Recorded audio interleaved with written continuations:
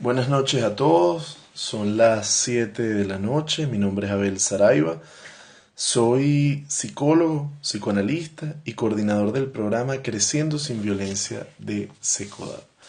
Como lo habíamos anunciado por redes más temprano, hoy vamos a estar desarrollando nuestro Periscope sobre cómo abordar la crisis con nuestros hijos e hijas. Acá lo pueden ver, las cuentas @secodap, @Abel Saraiva.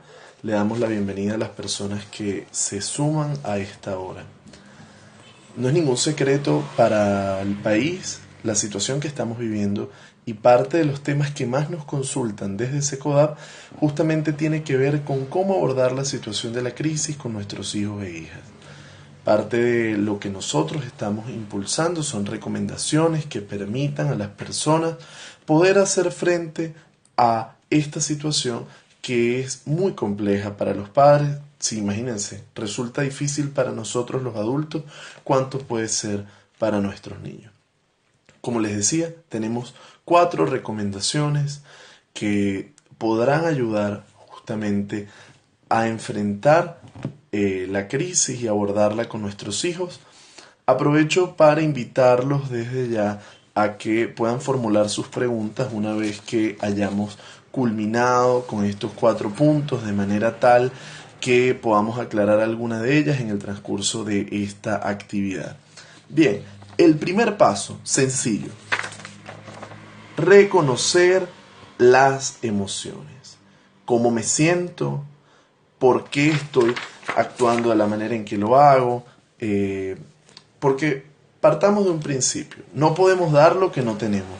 Y ciertamente cuando intentamos que los niños y adolescentes estén tranquilos en una situación como esta, si nosotros no lo estamos o nosotros no podemos identificar claramente cómo nos sentimos, nos veremos enfrentados ciertamente a serias dificultades. Parte de lo que es fundamental en este momento es poder identificar cómo me estoy sintiendo.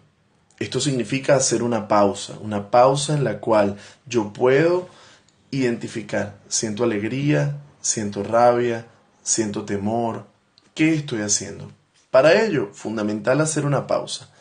Nadie nos obliga a actuar de manera reactiva. El tema es que nosotros creemos que debemos resolver los problemas de inmediato, actuar enseguida. Hay momentos donde si estamos molestos, si estamos disgustados, si estamos tristes, podemos hacer una pausa y poder entonces recapitular hacia dónde queremos ir. Muy importante poner en palabras. Y esto es un entrenamiento que va a funcionar con nuestros niños. Cómo se sienten ellos, cómo nos sentimos nosotros. Hay que ir ejercitando esto. Ojo, saber que no es lo mismo sentirse de una manera y que uno experimenta la sensación, la tensión, a poder ponerle nombre a eso que sentimos. Es importante ponerle nombre, decir, siento tristeza, siento rabia, siento ansiedad, siento culpa, qué es lo que siento y hacérselo visible a los otros. ¿Ok? Entonces, nuevamente, sencillo, lo resumimos acá. ¿Cómo me siento? Poner en palabras, saber nombrar, ¿verdad? Saber nombrar lo que pienso, lo que pasa y al mismo tiempo no actuar de forma reactiva. Por otra parte, tenemos un segundo elemento fundamental y le damos la bienvenida a las personas que se siguen sumando a esta hora a nuestra conversación. Objetivos a largo plazo. Los objetivos a largo plazo nos plantean un enfoque que puede ser una salida al túnel en cual nos podemos sentir al momento de enfrentar una crisis. Se los explico de manera muy sencilla. Lo que habitualmente queremos que hagan nuestros hijos, que hagan caso, que hagan la tarea, que se vistan, que se apuren, que se queden callados, que atiendan a una instrucción. Esos elementos constituyen objetivos a corto plazo y se centran en la obediencia, ¿sí? Lo que yo quiero hacer, lo que quiero que mis hijos hagan y cómo yo empujo a que esto se produzca. Ahora, Esto nos coloca en una batalla constante que genera un desgaste profundo. Un desgaste muy importante en el cual no sabemos qué hacer, no sabemos cómo enfrentar, nos sentimos agobiados, nos sentimos desgastados. Hay que pensar a largo plazo. ¿Qué significa pensar a largo plazo? Dos preguntas muy sencillas que nos debemos formular.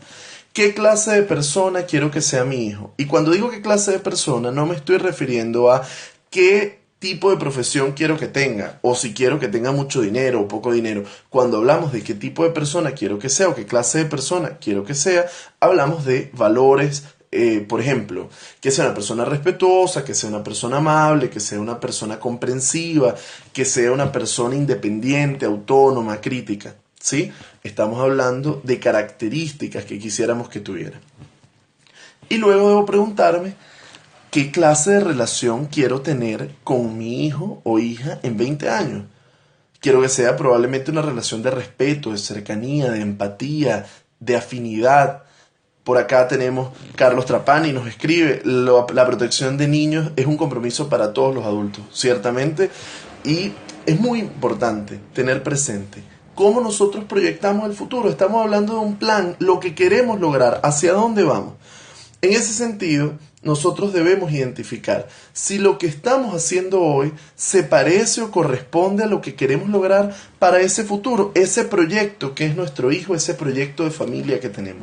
Entonces, cuando pensamos en el largo plazo, encontramos una salida, porque cuando estoy todo el tiempo centrado en que quiero que me haga la tarea, que quiero que me obedezca, que haga esto, que haga lo otro, probablemente siento una fatiga muy grande y no veo los resultados, no veo hacia dónde voy. Los objetivos a largo plazo nos ponen una brújula. ¿Vale la pena el esfuerzo que estoy haciendo? ¿Vale la pena? Agradecemos, por cierto, a Calisandri, @Calisandri, que nos está comentando en este momento. Ahora, como les decía, ¿hacia dónde vamos? Es importante, cuando tenemos clara la ruta, podemos seguir un camino distinto. ¿Con qué no me engancho? ¿Con qué no caso una pelea?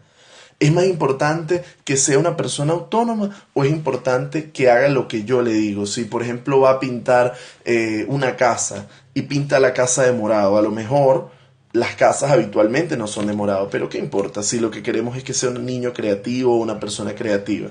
Lo importante es que pueda contrastar, ¿sí?, claramente entre qué es la realidad y qué es lo que esperamos. Y ciertamente si yo hoy no lo trato con respeto, con afecto, con consideración, probablemente la relación que tenga en 20 años no sea la deseada.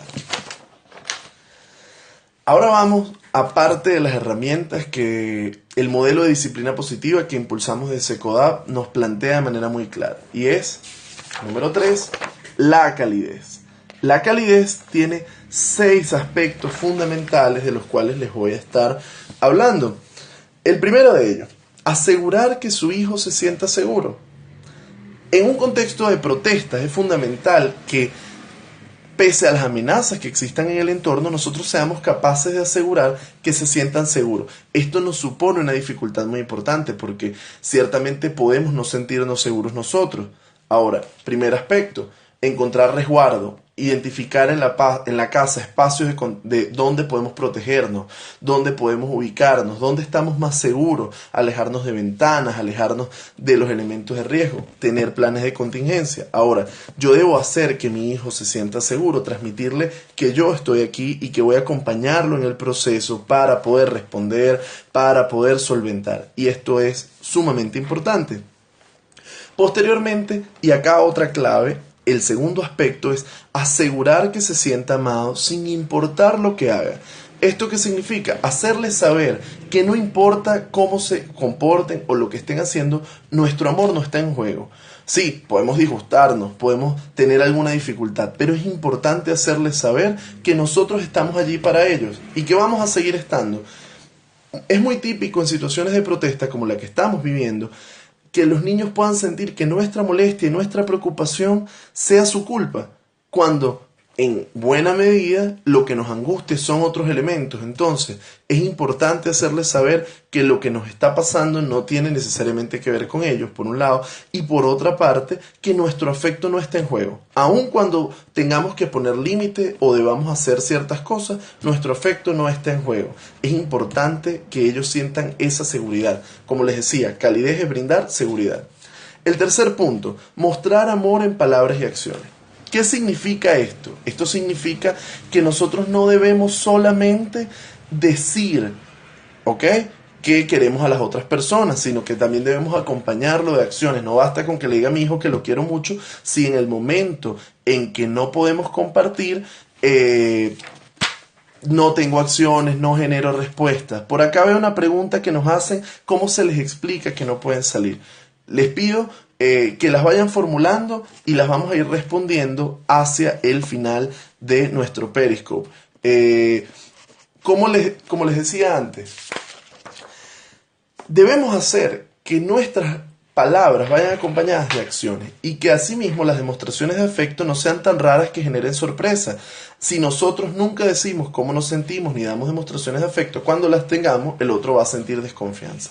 Es importante, como les decía, no solo quedarnos en palabras, sino acompañar con acciones.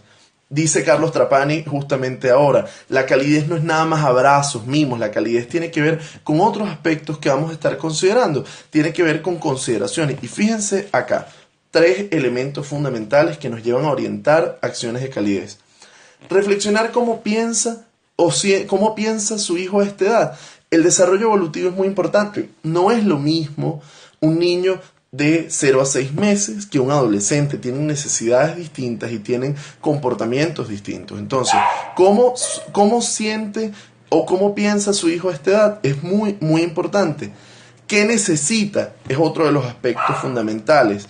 ¿Qué necesita? De manera tal que nosotros podamos tomar en consideración qué cosas debemos hacer. Porque lo que a nosotros en un momento dado nos puede parecer poco trascendente, poco importante, para el niño es sumamente significativo. Tomemos un ejemplo, el juego. El juego es fundamental para los niños en edad de desarrollo. Mientras que nosotros podemos considerar el juego una banalidad, es fundamental que garanticemos espacios de juego, porque el juego es un espacio en el cual el niño puede desarrollarse, puede potenciar sus habilidades, elabora lo que le pasa. Entonces, cuando nosotros comprendemos lo que es necesario, lo que es importante, lo que es significativo y necesita nuestro chamo a esa edad, nosotros se lo podemos proporcionar. Por otra parte, ¿cómo se siente nuestro hijo? Es decir, ante todo esto, le hemos preguntado cómo se siente, nosotros nos hemos puesto en sus zapatos. Uno de los elementos fundamentales que debemos implementar es tratar al otro como nos gustaría ser tratados. Vamos a pasar al cuarto y último punto antes de responder algunas preguntas. Este cuarto punto es estructura. Estructura significa brindar información. Se los voy a detallar de manera tal que sea claro. El primer elemento, dar directrices claras de comportamiento. ¿Qué significa esto? Significa explicar al niño qué es lo que esperamos de ellos. No se trata de que nosotros asumamos que ellos saben. Vamos a partir de la idea de que sí tienen un saber sobre su vida, sobre los afectos, pero no necesariamente saben o comprenden lo que nosotros esperamos de ellos. Entonces es fundamental que demos directrices claras de comportamiento. Esto significa explicar, por ejemplo, ordenar el cuarto. ¿Qué significa ordenar el cuarto para el adulto y qué significa para el niño? A lo mejor para el adulto, ordenar el cuarto significa limpiar, recoger, sacar la basura, poner los zapatos en su lugar, tender la cama, miles de cosas. Mientras que para el niño a lo mejor ordenar el cuarto significa que no exista basura dentro del cuarto, ¿sí? Entonces debemos explicar claramente las cosas, aunque nos parezca evidente. Vamos a facilitar el trabajo y le vamos a dar herramientas al niño para que pueda resolver. Partamos de la base, los niños quieren portarse bien. No es que los niños quieren portarse mal y nos buscan retar. Cuando nosotros cambiamos de perspectiva entre que no es que nos quieren retar, sino que los chamos quieren portarse bien y no saben cómo, entonces podemos encontrar formas de dar respuesta. Debemos explicar claramente las razones de lo que les estamos pidiendo a los niños y adolescentes. Porque cuando yo digo quiero esto o vamos a hacer esto de esta manera, ¿a qué me refiero? ¿Qué quiero decir con eso? Debo detallarlo. Pero al mismo tiempo necesito explicar por qué estoy pidiendo eso. Los niños necesitan entender las razones. Significa un cambio en poner estructura, no significa normas, no significa fuerza, no significa límites, no, prohibiciones. No, poner estructura también implica un cambio en la relación. Una relación que apunta a ser más horizontal, donde hablamos de por qué yo te pido lo que te pido, porque estoy pensando en tu desarrollo. A lo mejor el niño, cuando entiende las razones y entiende lo que yo le pido, va a encontrar unas respuestas diferentes a lo que le pasa. El tercer elemento clave dentro de la estructura, apoyar al niño a aprender. Identificar si tiene alguna dificultad en el proceso de aprendizaje, y cuando digo aprendizaje no estamos hablando solamente de la escuela, estamos hablando de las tareas del hogar, del comportamiento, de la interacción con los otros. Entonces, ¿dónde está la dificultad y qué puedo hacer yo para apoyarlo? ¿Cómo entrenamos? ¿Cómo adquirimos las destrezas que nos pueden estar haciendo falta? El cuarto elemento, ser un modelo positivo. Ser un modelo positivo significa que yo debo actuar lo que predico. Los niños aprenden mucho más por lo que hacemos que por lo que decimos. Nosotros no podemos esperar que, actuando de una manera contraria a lo que le pedimos a los niños, entonces los niños respondan de la manera en que les decimos. Nos estamos acostumbrando con mucha facilidad a dar sermones, a reclamar, a pedir, a hacer cosas que en la práctica nuestra no son congruentes, y los niños son muy hábiles identificando esos errores que tenemos, donde lo que pedimos no es lo que hacemos. Yo pido que el niño no grite gritando.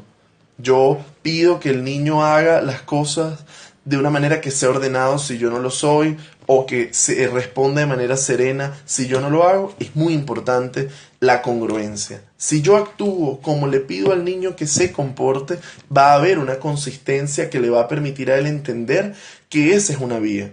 Entonces, volvemos otra vez al punto 1. ¿Cómo estoy? ¿Cómo me siento? ¿De qué manera estoy actuando? El quinto punto. Alentar al niño a desarrollar sus propios pensamientos e ideas. Esto parte de la idea de preguntarle qué piensan, qué sienten, pero además estimularlos a que se formen su criterio. No tiene por qué coincidir su criterio con el nuestro. En una situación como la que estamos viviendo, no es fundamental que podamos responder solamente desde nuestro punto de vista. Existen otros. Ahorita Oscar Misle, que se incorpora a la conversación, nos habla justamente de si puede haber detrás de la hostilidad algunos otros elementos. Lo vamos a responder muy brevemente. Voy al sexto punto antes de pasar justamente a las preguntas. Resolver problemas juntos. ¿De qué se trata resolver problemas juntos? De que nosotros nos comprometamos junto al niño a enfrentar las situaciones. No se trata de que lo hagamos por ellos, ni se trata de que los dejemos solos en la resolución de las cosas. Tiene un impacto mayor cuando yo junto al niño afronto la situación que le estoy pidiendo que aborde. Ahora bien, hay dos cosas fundamentales que nos han preguntado. ¿Cómo le explico, por ejemplo, fue la primera pregunta, a los niños que no pueden salir? Parte de lo que nos toca hacer es prepararlos para situaciones difíciles, lo cual significa explicar, ¿sí?, de acuerdo al desarrollo, a la edad del niño, a qué nos referimos, por qué no pueden salir. Esto significa hablar de los peligros. No tenemos que dar 0 detalles, como tampoco significa que debemos dar tantos detalles que les produzcamos un intenso temor. Debemos explicar que hay un riesgo, ¿sí? Debemos hablarles de las manifestaciones, de lo que está pasando en el país, porque por más que intentemos tener a nuestros hijos en una burbuja de cristal, al final la realidad es tan violenta que puede imponerse sobre nosotros en cualquier momento, y si no los hemos preparado, el impacto va a ser mucho mayor. Explicar por qué están pasando las cosas, dar algunos detalles, explicar sobre todo situaciones de riesgo. No podemos salir porque afuera están ocurriendo enfrentamientos, nos pueden lanzar objetos, preguntar sobre las bombas lacrimógenas. A Carlos Trapani y a mí nos ha pasado que sus hijos, mi hermana, nos plantean constantemente situaciones como esta, y si les preguntamos a los niños qué es una lacrimógena, nos responden muy claramente: es una bomba que echan humo que nos impide respirar. Cuando les preguntamos a los niños y establecemos una relación entre por qué no puedo hacer algo o por qué sí, y las razones, vamos a tener otras respuestas. Una de las cosas claves que Oscar nos acaba de preguntar es si detrás de la hostilidad, la intranquilidad de los niños en estos días puede haber temor, pueden haber otros elementos. Y digo que es fundamental entender: los comportamientos de los niños no son azarosos. Carlos Trapani justo nos pregunta qué podemos decir sobre las lacrimógenas. Ya voy a volver sobre este punto. Los comportamientos de los niños obedecen a razones. Cuando nosotros partimos de que no es que me lo hace a mí, no es que me lo hace por malcriadez, sino que el comportamiento que evidencian los niños tiene que ver con situaciones que los preocupan, que los angustian, entonces nosotros vamos a poder ser capaces de encontrar otras respuestas. Detrás de la rabia puede haber mucho temor, puede haber impotencia, puede haber frustración. Detrás de la intranquilidad puede haber también mucha ansiedad, mucha preocupación, preguntas no resueltas, porque puede que nosotros creamos que los niños no entienden lo que está pasando, que no saben lo que les estamos hablando, y finalmente acabamos por darnos cuenta cuando preguntamos y vamos al detalle que los niños tienen mucha más claridad. Cosas que son típicas en estos momentos. Carlos preguntaba ahorita, ¿qué es una lacrimógena? Muy sencillo. Una lacrimógena, ¿cómo explicárselo a un niño? Una lacrimógena es una bomba que se lanza, echa humo y este humo impide a la gente respirar, hace llorar y hace que las personas deban alejarse. Ahora, ¿qué es importante? Preguntar primero qué saben, porque nosotros no debemos partir de que el niño no sabe nada. El niño tiene un saber. Y cuando le preguntamos al niño qué sabe, partimos desde ahí y corregimos lo que no sea correcto y completamos con información, lo cual, como hablábamos anteriormente, es dar estructura. Ahora, ¿a qué vamos? Hay que explicar a los niños cuál es el riesgo. Probablemente nos pregunten por qué pasa esto, por qué lanzan las bombas. Debemos explicar la situación. Y la situación de la manera más sencilla, explicar que hay personas que están luchando por un cambio en el país y que hay otras personas que quieren impedir que esto ocurra. Veo acá una pregunta de Betty. Mi hijo de 12 oye lo que ocurre y siente rabia e impotencia, a veces odio, ¿cómo podemos hacer? Ya vamos a responder esta pregunta. Fíjense, hay que explicar de manera sencilla, pero vuelvo, y estoy siendo reiterativo en esto, preguntarnos qué creemos que saben los niños. Nos preguntan por acá, de salir con chamos, los niños nos ven todo el día viendo noticias y ansiosos, ¿esto es malo? Ya vamos para allá. Ok, entonces, como les decía, explicar un poco la dinámica del país, qué es lo que está ocurriendo y tratar de hacerles ver que pueden estar pasando cosas que van a ver y que no son correctas, no son las cosas que deseamos, no son las cosas con las que estamos de acuerdo y que justamente por eso es necesario pues que nosotros hagamos valer nuestros derechos como ciudadanos. Preguntaban hace un momento, ¿cómo le explico a mi hijo que siente rabia, impotencia y odio? Una de las mejores herramientas es partir de cómo nos sentimos nosotros, cómo les explicamos que nos sentimos nosotros, de qué manera, cómo nos está afectando a nosotros. También es una manera de hacerles ver a ellos que no son los únicos que sienten esto, que nosotros también padecemos, que quisiéramos que las cosas cambiaran y por eso la importancia de cuándo participamos o de cuándo realizamos ciertas acciones. Entonces, el primer punto es ponernos en sus zapatos. Ahora, ¿podemos nosotros hacer arreglos dentro de nuestra dinámica, dentro de nuestra cotidianidad para que sus satisfacciones, sus necesidades sean satisfechas? Por ejemplo, salir con los amigos, ver una película, tener ciertos espacios de compartir a nosotros en este momento nos pudieran parecer triviales, pero para los niños y adolescentes son sumamente importantes. Debemos tratar de garantizar esto, preguntarles cómo te sientes y si nos dicen que sienten rabia, odio, nosotros hacerles saber ciertamente que entendemos que puedan sentirse así y que los respetamos. No confundamos, sobre todo con los adolescentes, apatía, indiferencia con que no les preocupa o que no están interesados en lo que está ocurriendo en el país. De hecho, es todo lo contrario. Probablemente tengan mucho miedo, mucha angustia por el futuro. Hagamos el hábito de conversar regularmente con nuestros chamos de cualquier tema para que cuando los temas que les preocupan estén allí puedan aparecer. Mostrémonos no reactivos y tratemos no de responder o contestar inmediatamente desde las vísceras, sino desde cómo nos sentimos, hacerles valer su punto de vista, pero al mismo tiempo plantearles el nuestro sin que tenga que prevalecer uno sobre otro. Nos preguntaban también si nos ven constantemente pegados a las noticias y que esto puede ser malo. Bueno, acá tendría que responder lo siguiente.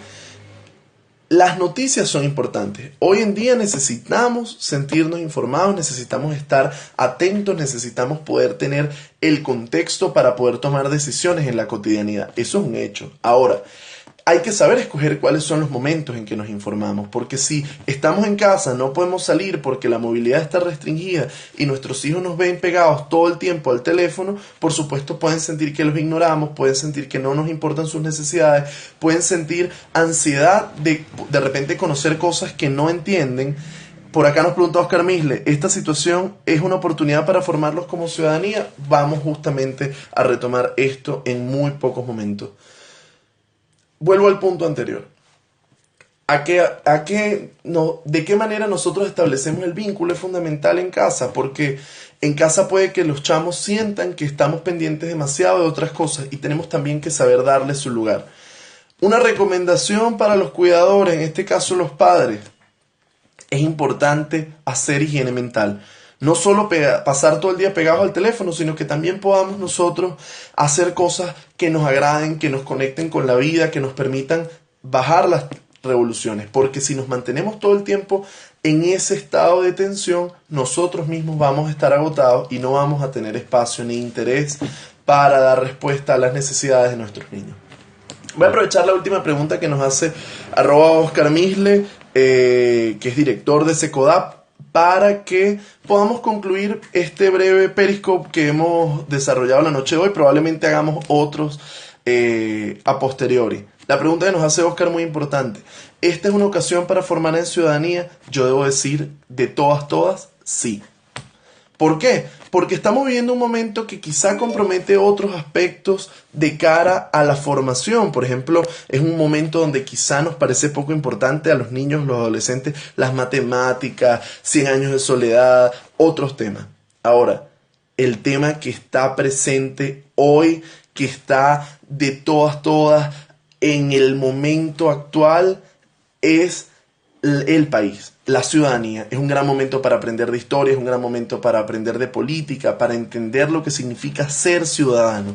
Y es muy importante que nosotros transmitamos, pensando en esos objetivos a largo plazo de los que hablábamos anteriormente, qué significa ser ciudadano, cuáles son los ciudadanos que queremos para nuestro país, porque constantemente hablamos del país que queremos, del país que tendremos, de lo que vendrá. Y debo decir con toda claridad que el país no es una cosa que va a venir. Los chamos no son el futuro del país, son el presente. Hoy ellos tienen un presente, tenemos un presente todos. Y en ese sentido es muy importante que construyamos desde ahora lo que queremos lograr. Ese adulto que esperamos, ese joven que queremos ver, no va a aparecer por obra y gracia de aquí a 20 años. Ese adulto que queremos se está construyendo hoy. Y las acciones que tengamos hoy van a ser muy importantes en ese sentido. Bueno, ha sido un gusto. Les digo, para continuar profundizando, les invito a visitar la página www.secodap.org.be y los invito también a visitar mi blog, saraivablog@wordpress.com, las redes @secodap, @abelsaraiva, tanto en Twitter como en Instagram. Pueden seguirnos, les agradecemos su participación el día de hoy. Estaremos haciendo espacios como este próximamente. Saludos a todos y gracias por sus preguntas y participación.